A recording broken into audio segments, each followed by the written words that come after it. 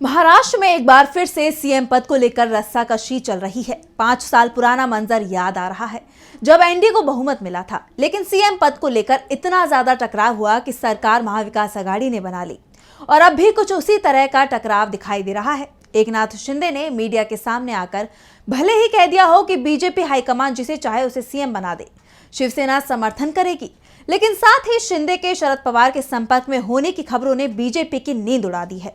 इस बीच अब शिवसेना के विधायक बीजेपी पर भी खुलकर आरोप लगाने लगे हैं। दावा कर रहे हैं कि बीजेपी की तरफ से चुनाव में शिवसेना उम्मीदवारों को हटाने की कोशिश हुई थी, कोई मदद नहीं की गई। ऐसे में अब सवाल उठ रहे हैं कि क्या 2019 की तरह शिवसेना एक बार फिर बीजेपी से गठबंधन तोड़ने की तैयारी में है। महाराष्ट्र की सियासत में मची हलचल के बीच आज इसी सवाल पर हम करेंगे चर्चा। नमस्कार, मैं आंचल। 5 दिसंबर को नए सीएम महाराष्ट्र के आजाद मैदान में शपथ लेंगे और शपथ ग्रहण कार्यक्रम में पीएम मोदी मौजूद रहेंगे।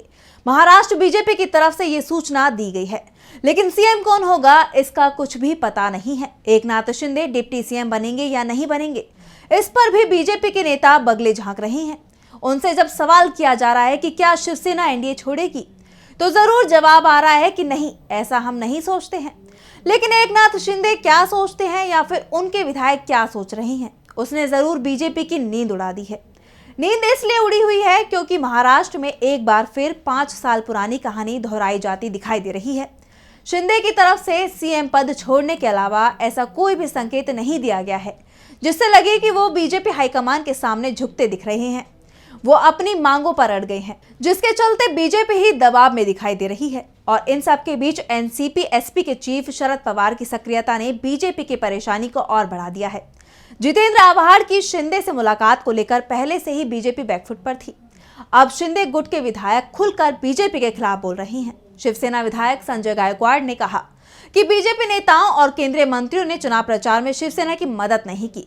उनका वीडियो सोशल मीडिया पर वायरल हो रहा है। बुल्ढाना में एक कार्यक्रम में बोलते हुए संजय गायकवाड़ ने कहा कि चुनाव में बीजेपी का कोई भी नेता मेरे साथ नहीं था। हमारे महागठबंधन में किसी भी दल का कोई नेता हमारे साथ नहीं था। संजय गायकवाड़ ने आगे कहा कि बीजेपी विधायक संजय कूटे और केंद्रीय मंत्री प्रताप राव जाधव ने हमारे विपक्षी दल के उम्मीदवार का टिकट भी फाइनल कर दिया था। बुल्ढाना विधानसभा का नतीजा चौंकाने वाला था। शिवसेना विधायक संजय गायकवाड़ को उद्धव गुट के शिवसेना उम्मीदवार जयश्री शेलके ने कड़ी टक्कर दी थी। गायकवाड़ का दावा है कि शेलके को बीजेपी का समर्थन मिल रहा था। यहां आखिरी राउंड तक संजय गायकवाड़ और जयश्री शेलके के बीच कड़ी टक्कर देखने को मिली। आखिरकार विधायक संजय गायकवाड़ 841 वोटों के मामूली अंतर से जीत हासिल करने में कामयाब रहे थे। गायकवाड़ अभी तक शांत थे, लेकिन जैसे ही शिंदे की नाराजगी की खबरें सार्वजनिक होना शुरू हुई, उन्होंने भी बीजेपी पर सीधा हमला कर दिया। इससे पहले शिंदे गुट के पूर्व सांसद राहुल शेवाले ने बीजेपी से एकनाथ शिंदे को सम्मान देने की अपील की। शेवाले ने कहा कि विधानसभा चुनाव एकनाथ शिंदे के नेतृत्व में लड़ा गया और हम सफल रहे। ये उनके 2.5 साल के कामकाज पर मोहर है। शिवसेना के सांसद और विधायकों के बयान बता रहे हैं कि महायुति में कुछ भी ठीक नहीं है। इस बीच आज भी महायुति की बैठक नहीं हो पाई, कारण शिंदे का मुंबई नहीं पहुंचना बताया गया और इसी के चलते बार बार बीजेपी विधायक दल की बैठक चल रही है। अब बीजेपी विधायक दल की बैठक 3 दिसंबर को बुलाई गई है। बीजेपी के प्रदेश अध्यक्ष चंद्रशेखर बावनकुले का कहना है कि हमने विधायक दल के नेता का नाम तय कर लिया है, बस हाईकमान की मोहर लगना बाकी है। इशारा देवेंद्र फडणवीस के नाम पर है, लेकिन कहा जा रहा है कि फडणवीस का नाम अभी तय नहीं है। बीजेपी हाईकमान किसी मराठा या ओबीसी चेहरे पर दाव लगाने पर भी विचार कर रही है। यानी बीजेपी के सामने एक नहीं कई चुनौतियां हैं। पहली चुनौती तो एकनाथ शिंदे को मनाने की है। अजीत पवार के साथ तो बीजेपी की डील हो गई है, या ये कहें कि अजीत पवार शिंदे को सीएम पद पर नहीं देखना चाहते, क्योंकि उनका मुख्य मुकाबला ही एकनाथ शिंदे से है। महायुति में सीट बंटवारे को लेकर भी सबसे ज्यादा पेंच अजीत पवार और शिंदे की पार्टी के बीच ही फंसे थे। ऐसे में अजीत पवार को जैसे ही मौका मिला, उन्होंने एकनाथ शिंदे को किनारे लगवा दिया। लेकिन शिंदे ने ऐसा दाव खेला है कि अजीत और बीजेपी दोनों ही मुश्किल में दिखाई दे रही हैं। दरअसल दिल्ली में अमित शाह के सामने एकनाथ शिंदे ने सरकार को लेकर 3 विकल्प रखे थे। पहला तो जो स्थिति है वो ही चलने दी जाए, यानी एकनाथ शिंदे ही सीएम रहे, लेकिन बीजेपी ने इसे तुरंत खारिज कर दिया। दूसरा विकल्प था कि सीएम बीजेपी का हो, एनसीपी और शिवसेना का डिप्टी सीएम हो। लेकिन जिस तरह से अभी महायुति सरकार में गृह मंत्रालय बीजेपी के पास है, उसी तरह से इस बार जब बीजेपी के पास सीएम पद जा रहा है तो गृह मंत्रालय शिवसेना को दिया जाए। इसके अलावा शिवसेना वित्त और राजस्व मंत्रालय भी मांग रही है। बीजेपी ना तो गृह मंत्रालय छोड़ने को तैयार है और ना ही वित्त मंत्रालय शिंदे को देने को तैयार है। शिंदे ने तीसरे विकल्प के रूप में बीजेपी को सरकार बनाने के लिए कह दिया है और ये भी साफ कर दिया है कि शिवसेना बीजेपी का बाहर से समर्थन करेगी, पार्टी सरकार में शामिल नहीं होगी और केंद्र सरकार में शिवसेना कोटे का जो मंत्री है उसे भी वो वापस बुला लेगी। और शिंदे की इसी जिद ने बीजेपी की परेशानी को और बढ़ा दिया है। शिंदे बीजेपी पर दबाव बनाए हुए हैं। वो मुंबई लौट आए हैं, कह रहे हैं कि मोदी और शाह को सीएम तय करना है।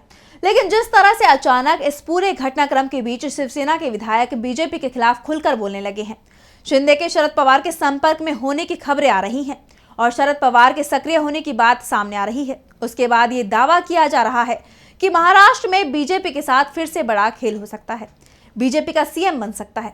लेकिन कितने दिन चलेगा, इस पर अभी से सवाल उठने लगे हैं। 2019 में देवेंद्र फडणवीस को सीएम बनने के बाद 2 दिन में ही इस्तीफा देना पड़ा था और इस बार के हालात भी इसी तरफ इशारा कर रहे हैं कि बीजेपी अपना सीएम तो बना लेगी, लेकिन उसका कार्यकाल इसी साल यानी 2024 में ही पूरा हो जाएगा और महाविकास आघाड़ी सरकार में आ सकती है। क्योंकि इस समय महाराष्ट्र में जो कुछ भी हो रहा है उसके बाद तो ये संकेत मिल रहे हैं कि बीजेपी के हाथ में आई सत्ता उससे दूर जाती दिखाई दे रही है। इस बीच सरकार गठन में हो रही देरी को लेकर विपक्ष महायुति गठबंधन पर हमलावर भी हो चुका है। शिवसेना यूबीटी के चीफ उद्धव ठाकरे ने तो यहां तक कह दिया है कि बीजेपी और महायुति गठबंधन में शामिल सभी दल ये मान रहे थे कि उनकी हार तय है। महायुति को अपनी जीत का कोई भरोसा नहीं था, इसलिए जब जीत मिली तो सीएम पद को लेकर झगड़ा शुरू हो गया। इससे एक बात साफ है कि चुनाव में बड़ी गड़बड़ी हुई है। ठाकरे ने कहा कि अगर हमारी सरकार बनने में एक दिन की भी देरी हो जाती तो महाराष्ट्र में अभी तक राष्ट्रपति शासन लगा दिया गया होता, लेकिन महायुति की सरकार बन रही है तो राष्ट्रपति शासन नहीं लगाया जा रहा है। दूसरी तरफ शिवसेना यूबीटी के सांसद संजय राउत ने भी इसे लेकर सवाल उठाया है। संजय राउत ने कहा कि महायुति अभी तक अपना नेता नहीं चुन पाई है, बीजेपी विधायक दल की बैठक तक नहीं बुला पाई है, लेकिन उनकी तरफ से कहा जा रहा है कि 5 दिसंबर को सीएम का शपथ होगा। सीएम कब शपथ लेगा ये बीजेपी का नेता तय नहीं करेगा, बल्कि ये राज्यपाल तय करते हैं। लेकिन अब बीजेपी के नेता राज्यपाल की ताकत को भी छीनने की कोशिश में जुट गए हैं। ये राज्यपाल को तय करना चाहिए कि सरकार को वो कब शपथ दिलाएंगे और राज्यपाल भी तब तय करेंगे जब कोई सरकार बनाने का दावा पेश करेगा। महाराष्ट्र में तो अलग ही परंपरा निभाई जा रही है। फिलहाल के लिए हमारी स्पेशल रिपोर्ट में बस इतना ही। अगर आपको वीडियो पसंद आया तो लाइक करें, साथ ही हमारे चैनल को सब्सक्राइब करें। नमस्कार। हमारे चैनल से जुड़े रहने के लिए YouTube पर टाइप करें DB लाइव, सब्सक्राइब बटन को क्लिक करें और बेल आइकन को दबाना न भूलें ताकि खबरें आप तक पहुंचती रहें। देखते रहिए DB लाइव, क्योंकि यहाँ हैं खबरें लगातार।